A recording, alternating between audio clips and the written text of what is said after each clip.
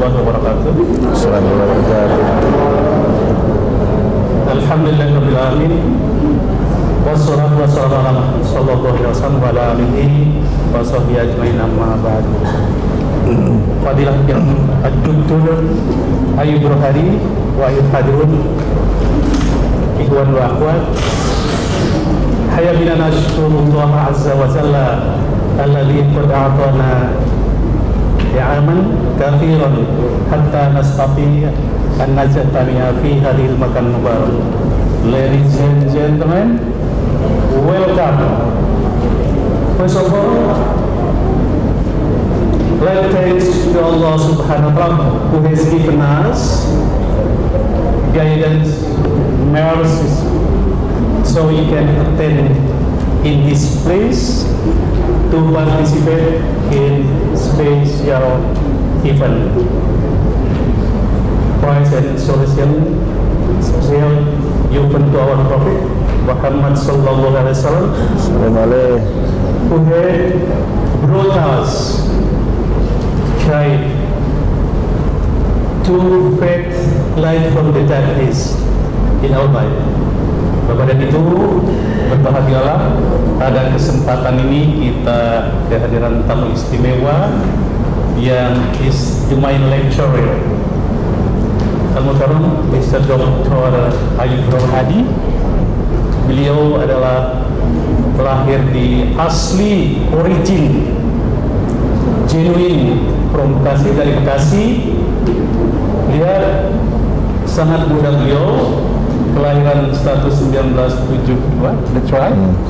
Basicnya pendidikannya asli genuine di Bekasi, namun degree-nya S1, S2 dan S3-nya yaitu di Pakistan. Boleh dong terus tangan.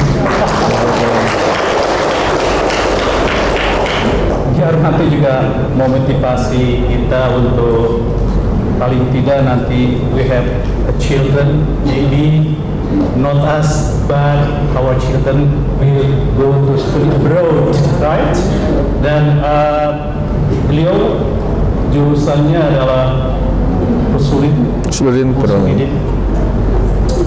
dan luar biasa kiprahnya, yaitu juga sebagai dosen, and the other is politician, sorry, member of parliament district. Iya, oke, luar biasa kiprahnya dalam rangka siar dari media kita. Ini adalah merupakan aset dan juga adalah mudah-mudahan lebih akan sering-sering Ustaz. Selalu. Come here. Okay. Selalu sih. Always.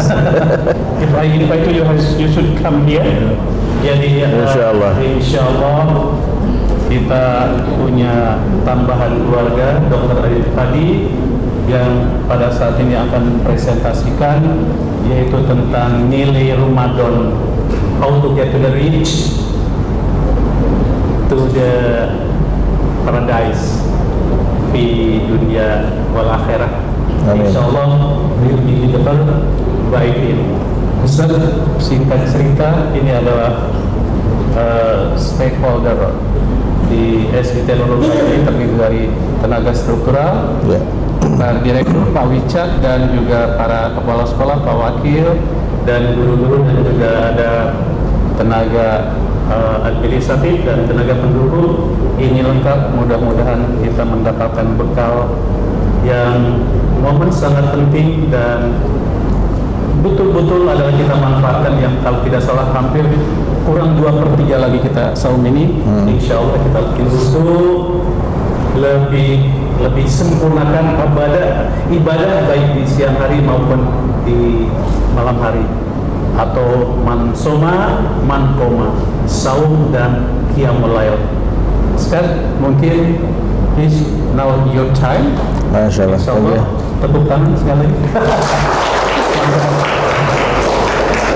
Langsung deh. Cek. Bismillahirrahmanirrahim. Assalamualaikum warahmatullahi wabarakatuh.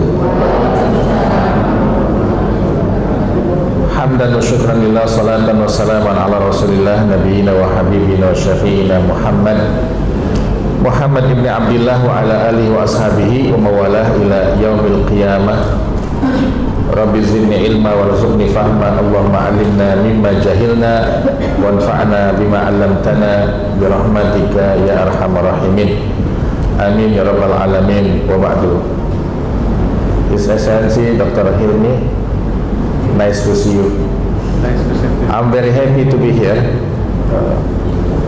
among the academicians, teachers, and maybe lecturers. Terima kasih, saya sangat berbahagia. Tentunya ini bukan yang pertama, Dok, ya. Saya sudah selalu diundang ke NF, ya.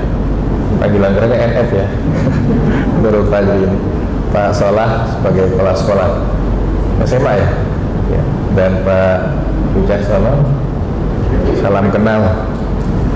Bapak Ibu semuanya, mudah-mudahan selalu sehat, ya, dan semangat dan tetap menikmati ibadah puasa di tahun ini. Amin ya rabbal alamin. Alhamdulillah pada siang ini kita berada di satu majlis mudzakarah, majlis ilmu.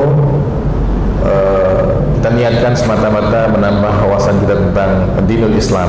Selawat dan salam tak lupa kita sampaikan kepada Nabi kita Muhammad SAW, pada keluarga, para sahabat, keturunan, dan juga umat beliau hingga akhir zaman. Terkait masalah nilai Ramadan, ya, untuk sukses hidup dunia akhirat ini tentunya sudah menjadi bacaan kita, bagian daripada keimanan kita, ya. Menyikapi agama ini harus dilihat dari 3 aspek. Yang pertama adalah yang disebut dengan al-bayan, doktrin agama. Ini berkaitan dengan dogma, belief without any doubt, al-imanu bila syak, keimanan yang tidak ada keraguan sedikit pun. Kita tidak punya hak untuk bertanya ketika bicara soal dogma agama. Disuruh puasa, kita harus beriman, taat, dan jalani. Disuruh haji, kita beriman, kemudian kita jalani. Disuruh sholat juga sama. Nggak ada waktu untuk diskusi soal kenapa kita sholat 5 waktu. Bahkan saya ketika di kampus ada mahasiswa yang nanya, Pak, kenapa kita harus hajinya ke Mekah? Saya balik bertanya, ente maunya kemana? Mau ke Telaga Sakinah. Ada Ka'bah buat manasik. Tapi apa yang antum lakukan di situ tidak akan diimani oleh orang Islam yang lain.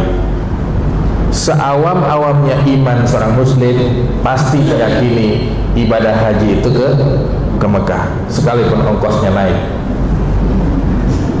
Al-bayan, doktrin agama. Yang kedua adalah yang disebut dengan al-burhan, sesuatu yang bisa masuk dalam argumentasi, logika kita.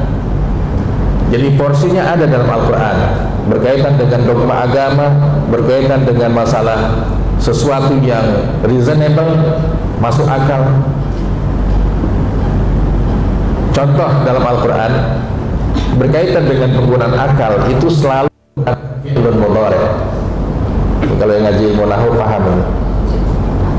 Fi'lun mudhari' adalah kata kerja yang selalu berlangsung, berjalan, atau di masa akan datang dilakukannya. Ketika itu menyangkut masalah penggunaan akal. Afala yatadabbaruna, afala yaqilun, afala yanzuruna ilal ibili kaifa khuliqat wa ilas sama'i kaifa rufi'at. Tidaklah mereka itu meneliti bagaimana unta itu diciptakan. Kenapa sampelnya unta? Syekh Tantawi menyebutkan bahwa unta itu punya keistimewaan dan punya keajaiban. Yang pertama, unta itu di bagian matanya adalah kedipan yang sangat elastis. Tidak ada unta itu kelilipan. Beda dengan kita, kalau lagi jalan ada angin puting beliung langsung kelilipan matanya. Unta nggak pernah itu. Pantas dia menjadi hewan tunggangan, ya, transportasi di padang sahara yang tandus. Yang kedua, unta itu adalah hewan yang sangat pemalu. Kalau dia ingin kawin dengan lawan jenis, tidak boleh ada yang lihat. Kalau ada ditonton, dia nggak jadi. Hebat itu unta. Kalah orang Bekasi pokoknya. Ya. Yang ketiga, Unta itu Allah ciptakan dengan punuk, adanya punuk. Buat apa itu? Menyimpan air minum. Berbulan-bulan dipakai dalam perjalanan, dikasih minum sebanyak-banyaknya dan dia tidak minum lagi. Dia menggunakan minuman yang ada pada punuknya. Dan Allah tidak kasih kepada kita. Kalau kita dikasih punuk satu-satu ini, Ramadan manfaat luar biasa. Karena batal itu kan kalau minum dari gelas ya, kita nggak dikasih. Saya sempat ngaji dengan al-maghfur lahu Ustazuna Syekhuna Murabbuna Kiai Ali ya. Ketika ngaji kitab fikih I'anatul Talibin, kata beliau, kenapa minyak misik itu selalu dikagumi dalam hadis? Ya, atyab min rihil miski. Minyak misik yang paling bagus itu adalah minyak misik yang bahan bakunya kutil unta. Kutil unta. Jadi kalau ada jendolan di tubuh unta itu, itulah bahan minyak misik yang paling bagus. Makanya mahal minyak misik. Nah, cari unta yang kutilan susah banget itu. Ya. This is the miracle, mukjizat. Makanya kata Allah, sanurihim ayatina fil afaq wa fi anfusihim hatta yatabayyana lahum annahul haq. Allah perlihatkan keagungannya di mana? Di alam jagat raya dan juga dalam tubuh kita. Sampai kita yakin itu adalah al-haq minallahi subhanahu wa ta'ala. Jadi ada sesuatu yang masuk dalam akal kita itu. Dan ada ayatnya banyak itu. Yang ketiga adalah disebut dengan al-irfan, ketajaman basirah, mata batin. Ini contoh yang sangat kekinian ya. Kiai Nur Ali dulu sempat ngisi pengajian di tahun 90-an di wilayah Bumi Bakti yang hari ini ada Pertamina. Kata beliau, suatu saat Bekasi ini menjadi daerah yang kaya raya sebab di dalam perut buminya ada minyak. Di dalam perut buminya ada minyak. Waktu itu belum ada Pertamina. Apakah masuk akal? Gak bisa. Apakah ini dogma agama? Bukan juga. Tetapi keajaiban itu bisa Allah berikan kepada hambanya yang dia kehendaki. Hanya kita menamakannya, kalau itu keajaiban bagi Nabi dan Rasul, mukjizat namanya.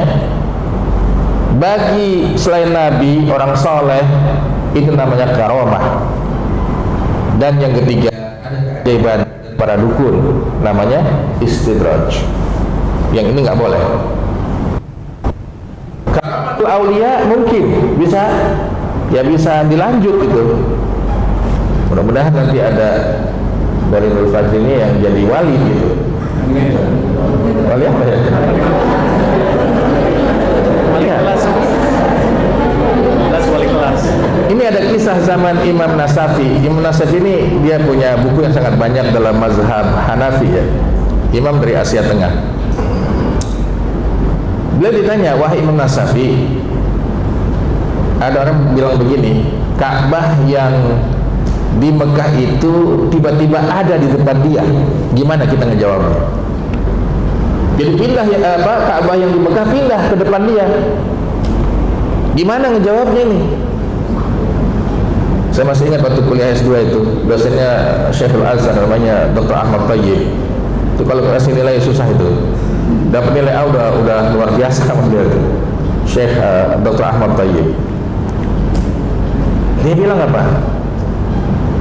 Ala sabilil karamah li ahlil wilayah jaizun inda ahli sunnah. Ini namanya karamah dan itu dikasih oleh Allah untuk wali, kekasih Allah, dan hukumnya mungkin, ya kata jaiz itu dalam ilmu tauhid, mungkin terjadi dalam keyakinan ahli sunnah wal jamaah. Ya sama aja kalau ada orang yang bisa berdiri tegak di pucuk daun pisang, mungkin nggak? Pak Solah gitu, tiba-tiba gitu tegak di pucuk daun pisang, mungkin. Berarti dia adalah seorang wali. Seorang wali. Itu bisa terjadi dalam agama kita al-Islam ini. Hati-hati kalau sudah menjadi kekasih Allah. Apabila dia bersumpah, pasti sumpahnya itu dibenarkan oleh Allah. Ketika dia tersinggung, kemudian ucap sumpah, mati lo besok, mati besoknya. Kalau kita bilang mati lo besok, kagak mati-mati, karena bukan wali kita. Itulah 3 hal yang harus kita pahami sebagai kata kunci memahami Islam itu. Ada dogma agama, kita nggak punya hak untuk bertanya dan diskusi. Ya. Kenapa Al-Fatihah turunnya belakangan bisa ada paling depan? Ya, bicara Quran kan tauqifiyun. Allah merintahkan letakkan ayat ini di surah ini setelah ayat ini. Susunannya Allah yang menentukan langsung. Nah, ini terkait masalah muqaddimah memahami agama ya. Nah, terkait masalah sukses di dunia ini, saya melihat ada satu kata kunci, yaitu al-barakah, keberkahan. Jadi yang namanya kesucian di dalam Islam ini ada kaitan dengan waktu, tempat, ya, kitab suci, ada manusia yang suci, bahkan ada namanya air suci di Zamzam. Ya. Ini dikaitkan oleh Allah dengan keberkahan. Nah, kata Allah, "Lau anna alal qura amanu wattaqau la fatahna 'alaihim barakatin minas sama'i wal ardh." Seandainya penduduk kampung itu beriman, ternyata nggak cukup iman saja itu. Wattaqau, harus ada tambahannya. Mereka pun bertakwa. Demi sungguh kami buka keberkahan pintu langit dan bumi. Kalau sudah berkah hidup kita, insya Allah, sekalipun gaji bulanan kelihatannya kecil, itu nggak habis-habis itu, susah ngabisinnya. Al-qalil yang sedikit, ya, nasyur bi annahu katsir. Kita merasakan itu banyak. Makanan jatah berdua bisa mengenyangkan berempat. Tapi kalau jatah berempat buat mengenyangin satu, itu nggak berkah. Ini kalau ada iftar jama'i, jatah kita diambil, berarti itu nggak berkah. Ya. Nah, ini sangat penting soal keberkahan ini. Dikaitkan dengan hadis Nabi, ketika Ramadan tiba, atakum Ramadan, ini hadis disampaikan di dalam majlis sahabat. Ya. Telah datang di hadapan Ramadan, ya, syahrul mubarakun, bulan yang diberkahi oleh Allah Subhanahu wa taala. Allah mewajibkan di waktu siangnya itu berpuasa dan di waktu malamnya salat qiyamul lail atau salat tarawih. Nah, syarat mendapatkan pahala itu ada 3. Yang pertama, beriman kepada Allah Subhanahu wa taala dengan tauhid. Ini mohon maaf, kita sebelum Islam datang ke Indonesia, ini bagi guru apa ya, sejarahnya atau IPS ya, agama apa yang datang duluan? Hindu dan Buddha. Ya, ini apa ya, dokternya. Saya tadinya mengambil fakultas syariah kuliahnya, tapi saya pas jalan-jalan ketika ngambil diploma dakwah akademi, itu diajak rihlah akhir tahun ke wilayah pegunungan Himalaya sampai masuk ke negara Kashmir ya. Di atas gunung itu ada peninggalan-peninggalan Hindu Buddha. Nah, ada stupa itu kayak patung dari batu yang dipahat. Tulisannya dia sedang menggendong bakul, ada padinya, ada tulisannya Dewi Sri. Saya ingat nenek saya dulu kalau panen di sawah itu dia suka sedekah di tengah sawah, di penggubugan. Saya bilang, "Nek, kenapa nggak di rumah aja? Kita doanya di sini, mau panen." "Oh enggak, ini kita suguhkan buat Dewi Sri." Saya tanya pada penjaganya, "Apa yang dimaksud dengan Dewi Sri ini?" "Ini adalah goddesses, Tuhan jenis perempuan yang menjaga tanaman padi." Sampai ke Bojonegoro. Coba.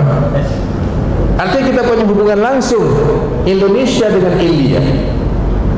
Bahkan banyak bahasa Indonesia yang itu berasal dari bahasa Sanskerta. Ramayana, tempat kita belanja kalau lebaran gini ya, itu nama dewa di India itu. Nama dewa. Saya di Bekasi ini ya termasuk tanah kelahiran kalau salah ya. Tapi kalau antum baca slogan Bekasi apa?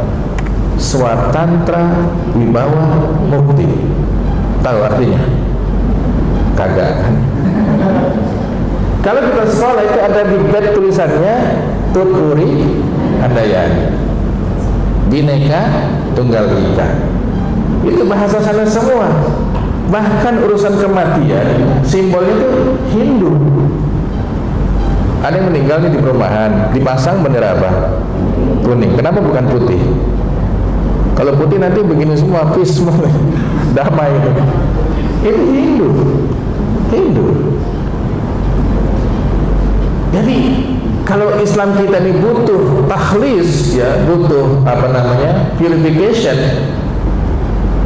Islam yang dibawa kembali kepada Quran dan Sunnahnya, memang ini sangat penting, sangat penting. Kita ini bangsa yang mudah mengkeramatkan sesuatu. Ya, ada pohon jati tua dikeramatkan, jadinya keramat jati. Ya, ada makam wali dikeramatkan, ada batu cincin dikeramatkan, semua itu.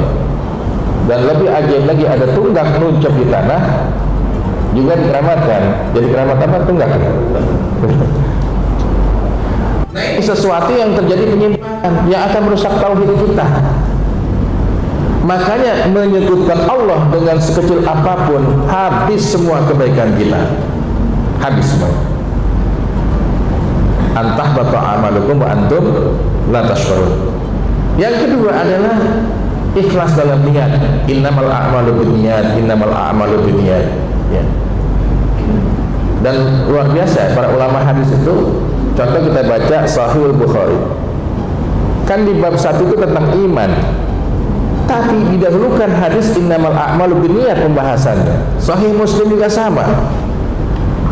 Betapa pentingnya hadis ini dalam kehidupan seorang muslim. Makanya habis sholat tarawih kita nawaitu sholatin an adai. Saya ditanya, Ustaz, lebih bagus dipimpin apa masing-masing? Lebih bagus dipimpin, saya bilang, karena kalau lupa niat puasanya sah nggak? Nggak sah. Ya, nggak bisa puasa Ramadan diniatkan sekaligus di awal itu. Ya Allah, aku niat puasa 1 bulan penuh. Nggak bisa, Pak. Emang malamnya kita puasa? Enggak. Ya satu-satu kita niatnya. Karena ibadah itu beda antara iradah dengan niat. Sekalipun maknanya sama-sama al-qasdu. Ya, kita punya maksud. Kalau niat itu berdekatan dengan amal ibadahnya. Ya. Tapi kalau iradah dia nggak mesti dekat. Keinginan namanya itu. Nah, ini niat saya penting dalam amalan yang mubah, amalan yang sunnah, dan juga amalan yang apa? Yang wajib. Makanya baca bismillah itu bagian dari niat. Saya nggak pernah lihat orang yang merokok baca bismillah. Nyalain apinya bismillahirrahmanirrahim. Baca bismillah ikut dengan amal perbuatan yang dia lakukan. Kalau itu amalan makruh, maka makruh membaca basmalah. Ada nggak yang mabok itu baca bismillah? Seandainya baca bismillah boleh nggak? Nggak boleh. Karena haram hukum mengucapkan basmalah ketika mabok itu. Ya. Innamal a'malu binniyat. Yang ketiga adalah sesuai dengan petunjuk Rasul, ittiba'us sunnah. Cuman kan ini butuh pembahasan khusus kita ittiba'us sunnah ini. Saya dapat ilmu dari seorang kiai. Jadi ittiba'us sunnah ini ada yang namanya mutabiqan, ada muwafiqan. Mutabiqan itu persis apa yang Nabi lakukan. Kalau ibu belum tahajud sampai pecah-pecah kakinya, berarti ngikuti sunnahnya belum mutabiqan, belum sama.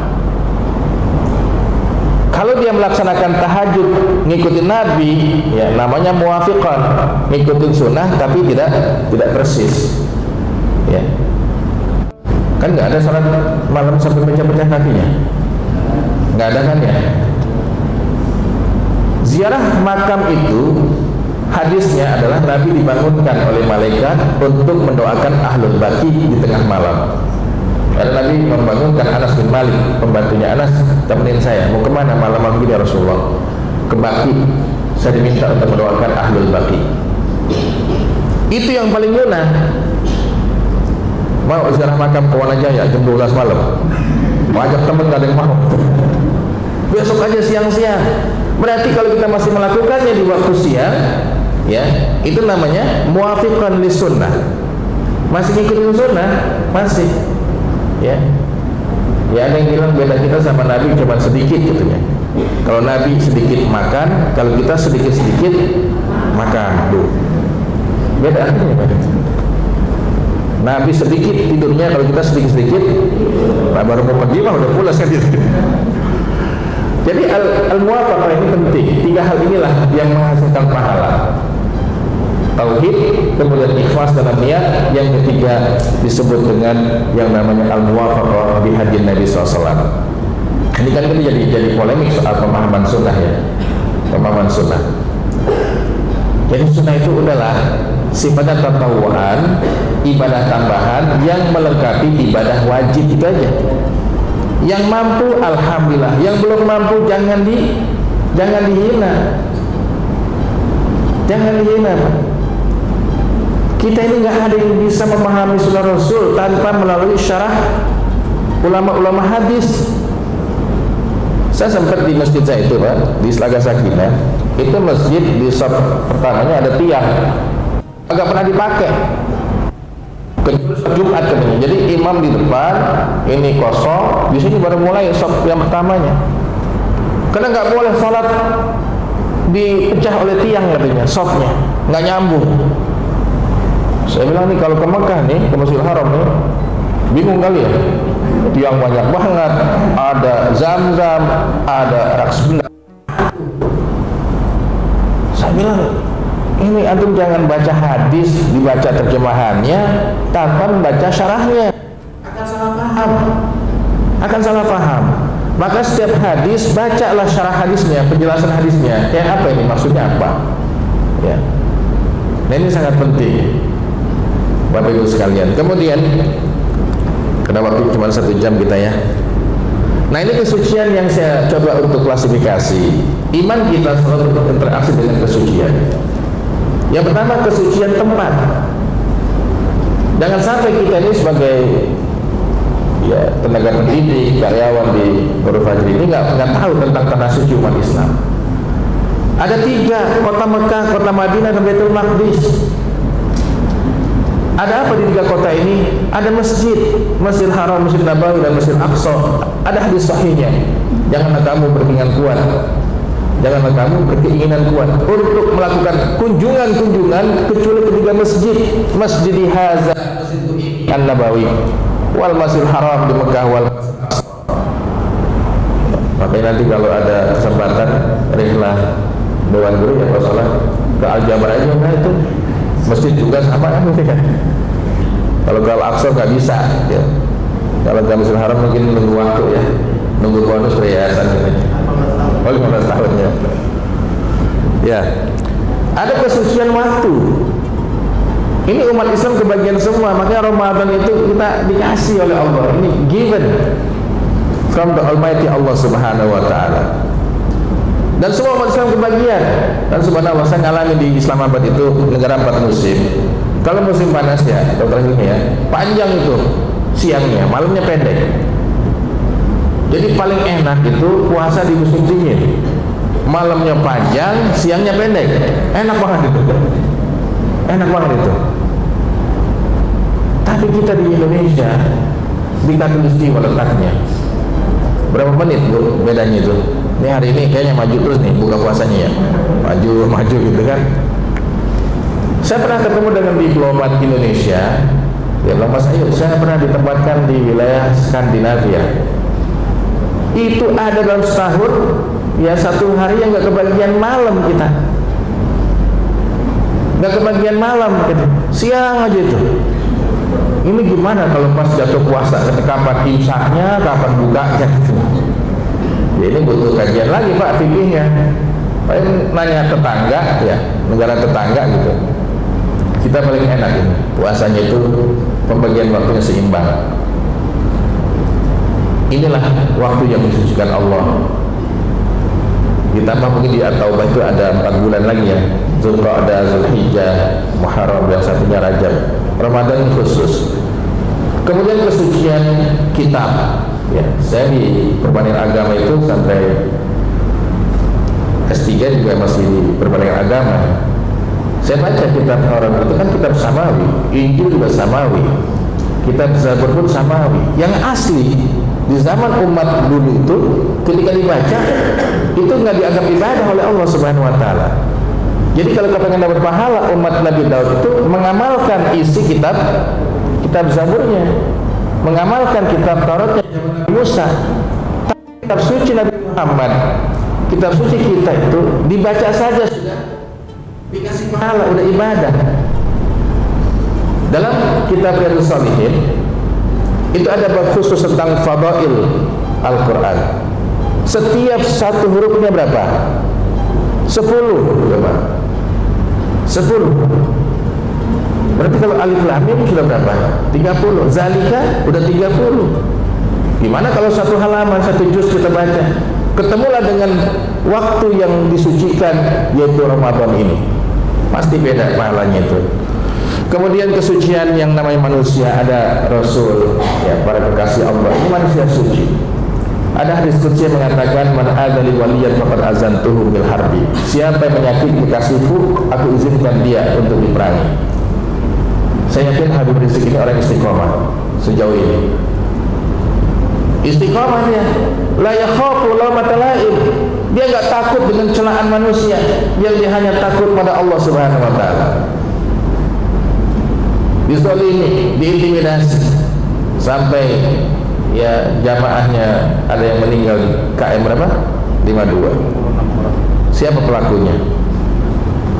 Yang hari ini dikenakan hukuman mati. Dibalik oleh Allah Subhanahu Wa Taala karena kita tidak mau memeranginya. Azan tuh kata Allah, biarkan saya. Mudah dibalik langsung sama Allah keadaan itu. Orang yang paling sulit hari ini, dipisahkan dengan anaknya, dipisahkan dengan istrinya. Wali masyarakat kekasih Allah, ada orang yang suci. Kemudian yang keempat ini, yang keempat ya, kesucian Zam-Zam.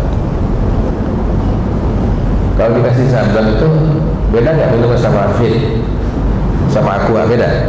Beda. Air suci dia. Ma'u Zam-Zam ini masyuribalahu. Zam-Zam tergantung niat yang minum. Minum pengen tenang, boleh. Minum pengen otaknya dibuka oleh Allah, kemudahan dengan ilmu, bisa. Ma'u Zam-Zam lima syuribalahu. Saya punya heksagonal di rumah ya. Setiap servis begala, saya tanya, Mas, coba dong tes tuh, di galon ada tuh Zam-Zam ya Pak Haji? Iya. Enggak, katanya ini bisa rusak alat saya, katanya. Teman saya pernah nyoba, rusak, suruh ganti, katanya. Habis nanti gaji saya sebulan ini, katanya. Zam-Zam itu di atas ya segalanya. Ma'u Zam-Zam lima syuribalahu. Saya baca kitab Taruh Makkah ada. Jadi ketika dibuka ya, kerannya Zam-Zam itu terjadi penambahan berapa? 17.000 liter penambahan setiap dibuka utamanya. Beda dengan PDAM, semakin banyak yang buka semakin habis. Itu Zam-Zam ya Pak. Dari mana munculnya keajaiban dari seorang Nabi Ismail dan ibunya? Itulah karomahnya Siti Hajar alaihissalam. Maka sesuatu yang dulunya mungkin itu ta'abudiyah, hari ini bisa ilmiah. Kenapa tawaf di Ka'bah? Kenapa Ka'bah itu di Mekah? Itulah tengah-tengahnya bumi ini. Tengah-tengahnya Pak. Kalau dipindahkan ke Bekasi itu bukan tengah-tengah. Apa nih? Cek. Ya kalau dipindahin ke Indonesia bukan tengah-tengah itu. Ya. Ditanya lagi kenapa harus 7 putaran tawafnya? Ya memang itulah Allah yang suka. Innallaha witrun yuhibbu al-witra. Dan bilangan ganjil yang Allah suka itu adalah angka 7. Seminggu berapa hari Bu? 7. Langit berapa lapis? Pernah ngecek? Enggak. Tapi yakin karena Quran yang bilang. Bumi yang kita injak berapa lapis? 7 lapis. Tawaf 7 putaran. Sa'i 7 balik. Jumrah di mana? Di Mina. Setiap jam berapa batu? 7 batu. pusing kepala 7 keliling. Kenapa bukan 5 keliling? Obatnya bintang 7 juga. Itulah keajaiban angka 7. Ini scientific gitu loh. Hari ini scientific. Bisa itu. Ilmu berkembang, bisa diuji. Ilmiah. Nah, kalau keimanan ketemu dengan ilmu pengetahuan, semakin yakin. Inilah pentingnya memahami agama ini. Ya, dulunya kan ta'abudiyah saja. Bisa ilmiah. Kenapa sujud diperintahkan lama? Ada buku The Power of Salat di situ. Bagian ini kepala di belakang ini ada sirkulasi darah yang bisa berjalan dengan normal kalau kita tuh dalam posisi sujud. Ternyata salat itu sehat ya. Ini kesucian ini, iman kita selalu berkaitan dengan ini semua. Lihat tuh, kesucian selalu dikaitkan dengan keberkahan. Ramadan dengan keberkahan, tanah suci juga sama. Ya, terkait puasa ini saya melihat ayatnya sudah biasa kita bacakan. Tetapi di situ ada 3 pendekatan. Pendekatan fikih. Kalau ditanya puasa Ramadan hukumnya apa? Wajib. Wajibnya wajib apa? Wajib ain, individu, bukan wajib kifayah. Ya. Kemudian aspek apa lagi? Pendekatan tasawuf, tazkiyatun nafsi. Ini kan kita agak susah nih nyebut tasawuf. Di masjid-masjid pun kalau ada jadwal kajian pekanan itu ditulisnya kajian tazkiyatun nafsi. Padahal ilmu tasawuf dikasih nama oleh siapa? Oleh ulama-ulama yang ahli bahasa. Ada Hasan Al-Basri, Junaid Al-Baghdadi, Ibrahim bin Adham, Rabi'atul Adawiyah, Al-Imam Al-Qushairi dan Al-Imam Al-Ghazali. Sampai Ibnu Taimiyah pun yang dikenal dengan ulama as-salafus saleh itu menamakannya dengan istilah tasawuf. Tasawuf itu ilmu sesat. Mana ada ilmu Islam yang tidak terkontaminasi? Al-Quran ada Israiliyat, hadis ada maudhu palsu, ya kan? Tasawuf ada yang sunni dan bid'ah, ada 2. Masalah al-firaq, masalah sekte juga banyak yang sesat dalam Islam itu. Makanya jangan jadi PNS Pak Salah, karena akidahnya langsung pindah itu dari ahli sunnah menjadi Jabariyah. Mendapat gaji dari Jabar itu. Sama dengan dewan itu, bukan ahli sunnah lagi tuh. Al-Jabariyah semua, PNS sama anggota dewan. Al-Jabariyah ada zaman dulu, Al-Qadariyah ada. Jadi manusia itu bagaikan kapas yang dilepas, ditiup angin kemanapun, dia gak punya kehendak. Dia membunuh Allah yang menghendaki, dia tidak sholat Allah yang menghendaki. Semuanya Allah yang membebani. Makanya akidah begini nggak laku karena sesat. Ya. Nah, ini sangat penting buat kita. Ada pendekatan tasawuf, la'allakum tattaqun. Kemudian puasa itu ringan bagi orang takwa. Makanya Allah menyebutnya ayyaman ma'dudat. Di dalam jamak taksir itu biasanya sifatnya tunggal. Ayyaman ma'dudah, kutubun katsirah, bukan katsirat. Tetapi Allah di ayat ini ayyaman ma'dudat. Allah tidak mengatakan diwajibkan atasmu wahai orang beriman puasa 1 bulan. Ada nggak ucapan 1 bulan? Enggak. Karena kalau melihat 1 bulan, lama amat 1 bulan puasanya. Tapi Allah memotivasi kita ayyaman ma'dudat, bilangan hari yang sangat singkat. Kayaknya belum lama kita puasa, udah tanggal 13 aja nih. Sampai ustadz yang biasa ngimamin kultum tarawih lupa dia itu nyebutnya. Alhamdulillah kita udah masuk di malam ke-10, lah udah ke 13 ustadz ini masih 10 aja gitu. Udah tadi malam dia kultum. Saking cepatnya itu ayyaman ma'dudat. Jadi puasa ini ringan bagi yang hamba Allah yang takwa. Kemudian pendekatan kegiatannya ada puasa, ada tilawah, ada qiyamul lail, sedekah dan i'tikaf. Ya ini mungkin masalah Ramadan semuanya hadis-hadisnya bisa dibaca ya. Luar biasa ini menuju keselamatan semua. Nah ini hadis jelas, ada pintu khusus nanti di surga itu. Dibuka manis shaimun, siapa yang puasa angkat tangan, udkhul, masuk, tutup lagi. diseleksi lagi, mana yang puasa, angkat tangan, masuk pintu ini. Ya. Jadi ini khusus pintunya, nanti pintu royan ini. Ya, ini hadis-hadisnya. Man shoma ramadhana imanan wa ihtisaban. Ihtisab itu kan ikhlas maknanya. Imanan karena yakin itu perintah Allah. Ya, karena gini, Bapak Ibu sekalian, kita dalami tentang ibadah ya. Ibadah itu apa tujuannya? Ingin dapat balasan pahala. Dan ibadah itu dianggap ibadah oleh Allah dengan dua syarat. Yang pertama, al-hub. Kita melakukannya dengan senang hati. Saya ingin tanya, kita taklim jam segini senang nggak? Senang nggak, Bu? Kalau ada yang ngedumel nih, hilang ibadahnya. Makanya sebelum itu berlanjut, ya, keselnya harus diganti dengan senang. Senang saya ngaji jam segini, karena mau pulang nggak makan juga gitu. Mendingan ngaji. Salat tarawih 11 rakaat, senang nggak? Senang. Tapi 11 rakaat ini setiap rakaatnya 2 halaman dibaca oleh imam. Senang masih? Maka kalau tidak senang dengan 2 halaman, panggil imamnya. Ya imam, requestnya 3 ayat aja, 3 ayat, 3 ayat ruku sujud, dah itu aja. Karena kalau hilang al-khub, nggak ada ibadah di situ. Yang kedua, al-khudu wa tazallul. Kita tunduk dan menghinakan siapa kita di depan Allah Subhanahu wa taala.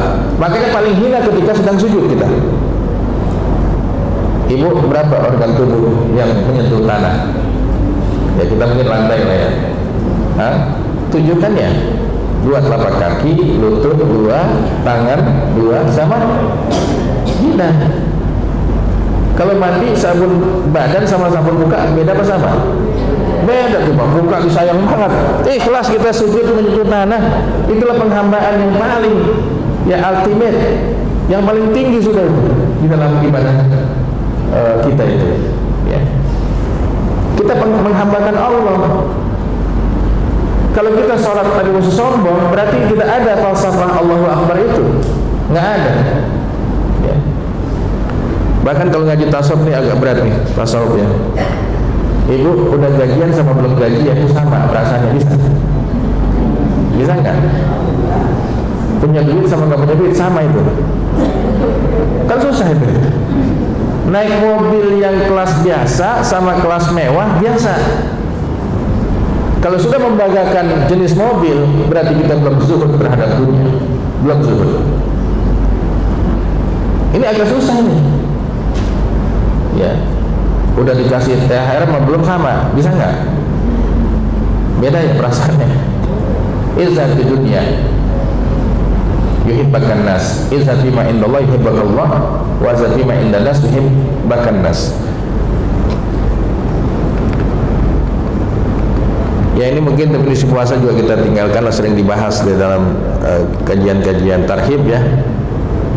Nah, ini keutamaan hadis-hadisnya. Tapi ini yang paling penting nih, dimensi manfaat puasa itu ada berapa? 3. Yang pertama secara spiritual, itulah la'allakum tattaqun. Enggak mungkin kita masuk surga tanpa ketakwaan pada Allah. Ayat kita hafal, inna lil muttaqina mafaza. Dan luar biasa, bahasa Quran itu berkaitan dengan surga selalu menggunakan kata al-fauz. Al-fauz, zalikal fawzul azim. Wa man zuhziha 'anil nari wa udkhilal jannata faqad faza. Jadi untuk surga itu Allah hanya menggunakan kata al-fauz. Isim fa'ilnya al-faizin. Makanya kalau Ramadan selesai kita ya mendoakan minal aidina wal faizin. Al-fauz itu hanya yang masuk ke dalam surga.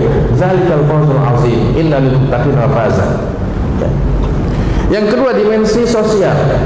Makanya kata Syekh Al-Qaradawi dalam bukunya Ibadah Islam, orang yang puasa jangan banyak dikasih tausiah katanya. Dia udah dinasihati oleh dirinya. Oh begini ya, kalau nggak minum seharian haus, ya mata juga udah apa cengok gitu ya. Jam segini apa lagi nih? Ya kan? Berarti kan bangkit sosial. Oh, kalau nanti ada orang yang susah kita harus bantu. Jadi manfaat sosialnya muncul di sini. Makanya izinkan anak-anak kita ini, anak didik kita Pak, kelas SMA, SMP itu takjil on the road. Yang penting ada paketnya gitu ya. Berapa paket, 10 paket bagi-bagiin.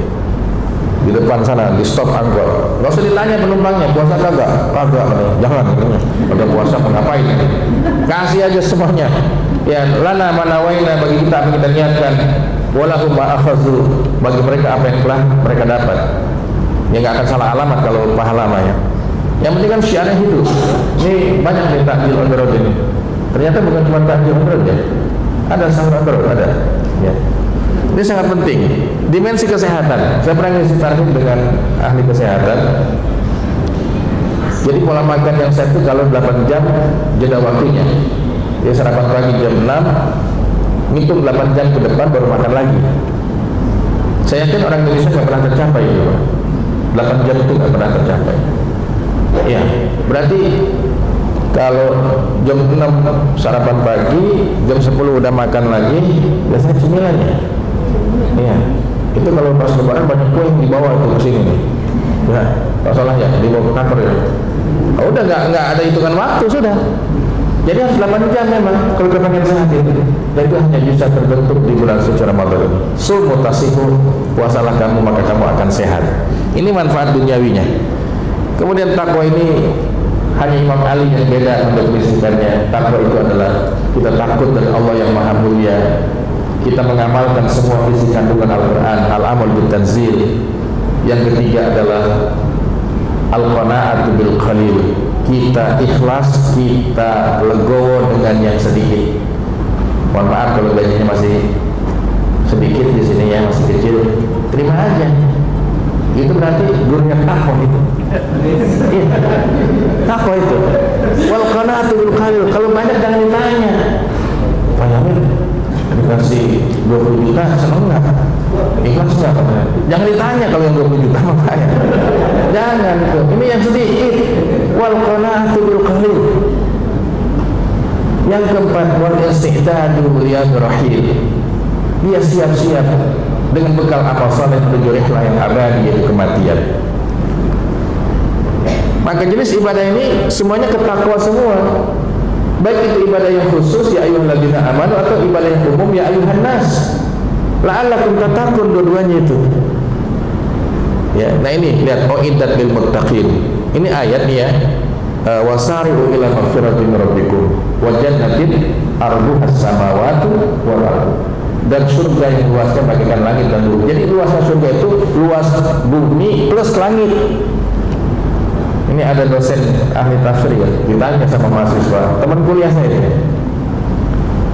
Syekh, saya nanya, kenapa? Ini kalau surga luasnya bagaikan langit dan bumi, berarti neraka nggak kebagian tempat. Luar biasa karena spesialis bidang tafsir ya. Lah kan dibikin tingkat. Dibikin tingkat, surganya di atas, nerakanya di bawah. Jadi luasnya neraka sama, seluas langit dan bumi. Selesai sudah itu. Lalu kenapa kamu bilang akal lagi? Bagikan luasnya langit dan bumi gitu. Berarti nggak kebagian tempat dalam nerakanya.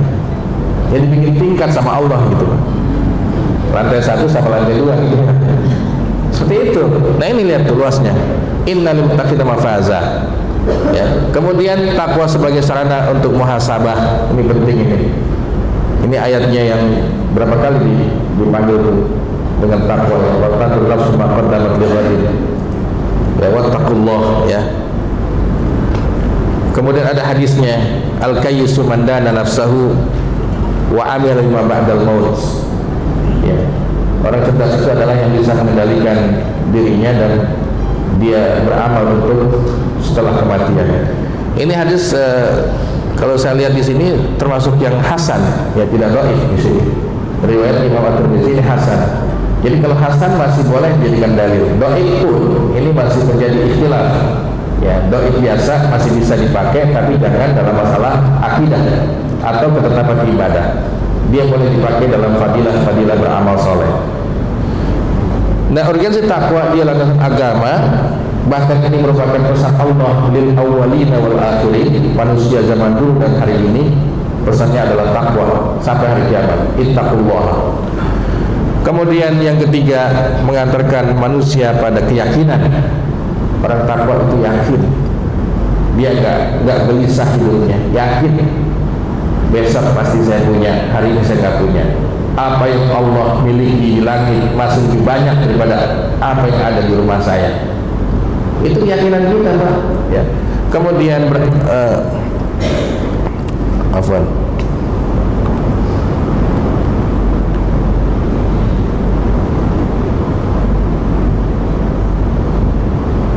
Ya, mau afwan ke belakang ya. Ini bakal bekal amalan hati. Takwa itu termasuk amal qulub, jalan satu-satunya menuju surga atau keselamatan, diraihnya keberkahan dengan takwa. Kemudian tingkat takwa ini apa? Ada itiqa'u asyirki. Kita takut daripada kemusyrikan. Ini bahaya ya masalah syirik ini. Kemudian yang kedua, ittiqa'ul bid'ah. Kita tidak menyentuh hal-hal yang menyimpang dalam agama. Bid'ah itu karena pasti sesat. Ini butuh pembahasan panjang bid'ah ini ya. Takut dari perbuatan maksiat, ittiqa'ul maksiat. Ini level-level ketakwaan kita harus bangun. Bukan ahlul syirki, bukan ahlul bid'ah, bukan ahlul ma'asi. Bagaimana kita bisa meraih ketakwaan? Mengutamakan cinta Allah dan Rasulnya daripada yang lain. Yang kedua, pengawasan Allah Subhanahu wa ta'ala kita kuatkan, yang disebut dengan muraqabatullah, atau dalam bahasa Latin disebut dengan God consciousness. Ya, God consciousness. Kemudian memahami akibat dari perbuatan dosa, menahan hawa nafsu, mengenal bahaya tipu daya setan. Nah, buah dari hasil takwa ini luar biasa, ini cukup banyak ya. Al-makhraj min kulli dhaikin, kita akan selesai kesulitan kita semua itu, dimudahkan urusan kita, dikasih ilmu yang manfaat, dimudahkan rezeki kita. Ya, wa may yattaqillaha yaj'al lahu makhraja wa yarzuqhu min haitsu la yahtasib. Kemudian pertolongan Allah, bebas dari tipu daya musuh, gak akan pernah dikalahkan oleh musuh. Kemudian diterimanya amal kebaikan, selamat dunia akhirat, dan kewibawaan dari makhluk Allah yang lain. Satu itu dengan sebuah kisah seorang kiai menceritakan, ini mengutip dari sebuah hadis. Ada seekor singa masuk ke kawasan Madinah. Sahabat ya Abu Dzar ini ingat pesan Rasul SAW. Barang siapa yang takutnya hanya kepada Allah, maka Allah menjadikan segala sesuatu takut dari dia. Dan barang siapa yang takutnya kepada selain Allah, maka Allah menjadikan segala dia itu takut dari segalanya. Beda. Akhirnya si ya harimau itu ditundukkan dengan ketakwaan. Bicara sebaik-baik, bukan di sini tempatnya. Pergi ke tempat asalmu, ke hutan sana. Langsung dia pergi, tidak ada korban jiwa di tempat itu.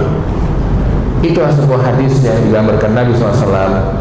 Kalau kita sudah kuat ketakwaannya hanya kepada Allah, maka semua makhluk Allah akan takut kepada kita. Kita dikasih kewibawaan ya. Makanya tidak ada kesombongan dari kita Bapak Ibu sekalian. Untuk apa kita dididik dengan madrasah Ramadan, lantas kita masih sombong. Bahkan kalau kata orang Bekasi, toh lu jangan sombong kalau hidup, umur lu cuma seminggu, lu mati kalau nggak Senin Selasa, kalau nggak Jumat Sabtu, nggak ada di luar itu. Jangan sombong kalau itu cuma seminggu lu katanya di dunia. Itulah kata-kata hikmah yang orang tua kita dulu itu mengucapkannya. Sebab itu manfaat daripada nilai Ramadan ini kita bisa dapatkan di dunia ini menjadi semakin diberkahi, dan di akhirat kita akan dimasukkan ke dalam surganya Allah Subhanahu wa ta'ala. Itu saja, mungkin 1 jam sudah Pak Salah dan Pak Dr. Hilmi. Bila dicukupkan alhamdulillah, kalau enggaknya belum. Fadhil.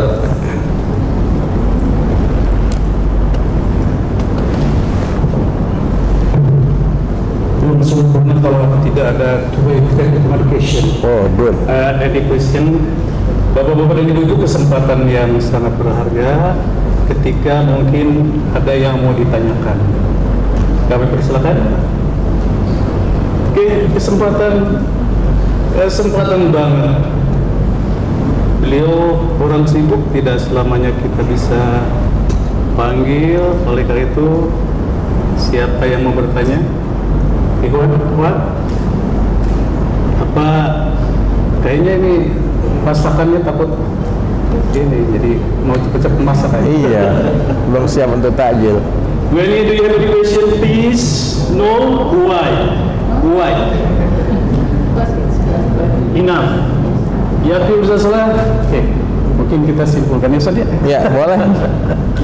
Bismillahirrahmanirrahim. Bapak dan Ibu, kita ambil substansinya bahwa dari nilai Ramadan yang untuk mencapai kebahagiaan dunia dan akhirat, intinya adalah dengan melalui sikap positif adalah kita ingin mencapai keberkahan. Inna umat fauzan azimah. Beberapa hal yang sikap positif yang kita lakukan, terutama adalah ketika kita ingin bahagia, la tusyrik billah, right? Ya. Tidak syirik. Kemudian juga adalah tazkiyatun nafs dan banyak hal. Oleh karena itu, kesempatan ini kita untuk mendapat keberkahan ini selalu lakukan dengan sesungguh-sungguhnya, yaitu baik ibadah di siang hari, tidak makan, tidak minum, ditambah juga jangan gibah ya Ustaz. Iya, puasa lisan, mengurangi kesempurnaan. Dan di malam hari kita puasa dan kita sholat mankum al-madona iman watisaban bukan alam mendali, dan kita juga sholat malam dengan sungguh-sungguh. Semoga ini semua adalah mendapat keberkahan, terutama dari berkah itu adalah rahmat. Berkah biasanya yazidul khair bil khair, ya, bertambah kebaikan insyaallah. Itu saja mungkin untuk sementara Ustaz. Ya. Thank you very much. Welcome. Insyaallah next time, okay. Insyaallah. Next time later on. Insyaallah di masa yang akan datang kita akan ketemu lagi. Boleh nggak kalau tepuk tangan? Biasanya nggak boleh. Tergantung yang punya NF. Oke, dan kita doakan beliau sehat walafiat. Amin. Beliau ada aset ini, kalau ditulis dalam sejarah bisa hero orang Bekasi. Amin. Dan perlu diketahui dalam tahun ini adalah biasanya zero to hero, ini hero to zero. Kita berjuang untuk membersihkan diri sehingga kita mendapatkan keberkahan dan rahmat Allah Subhanahu wa taala. Tetapi juga ketika basic kita adalah untuk menjadi seseorang dari zero, butuh perjuangan menjadi hero. Dua-duanya adalah penting. Ketika mensucikan diri, berjuang melalui sikap positif, saum, la tusyrik billah, iman, tazkiyatun nafs, sehingga kita adalah bersih diri, sehingga Allah mudah akan memberikan berkat dan rahmat. Tapi juga fala tujatu anfusakum, kita juga jangan merasa bersih diri. Itu saja mungkin. Wabillahi taufiq wal hidayah. Assalamualaikum warahmatullahi wabarakatuh. Assalamualaikum warahmatullahi wabarakatuh.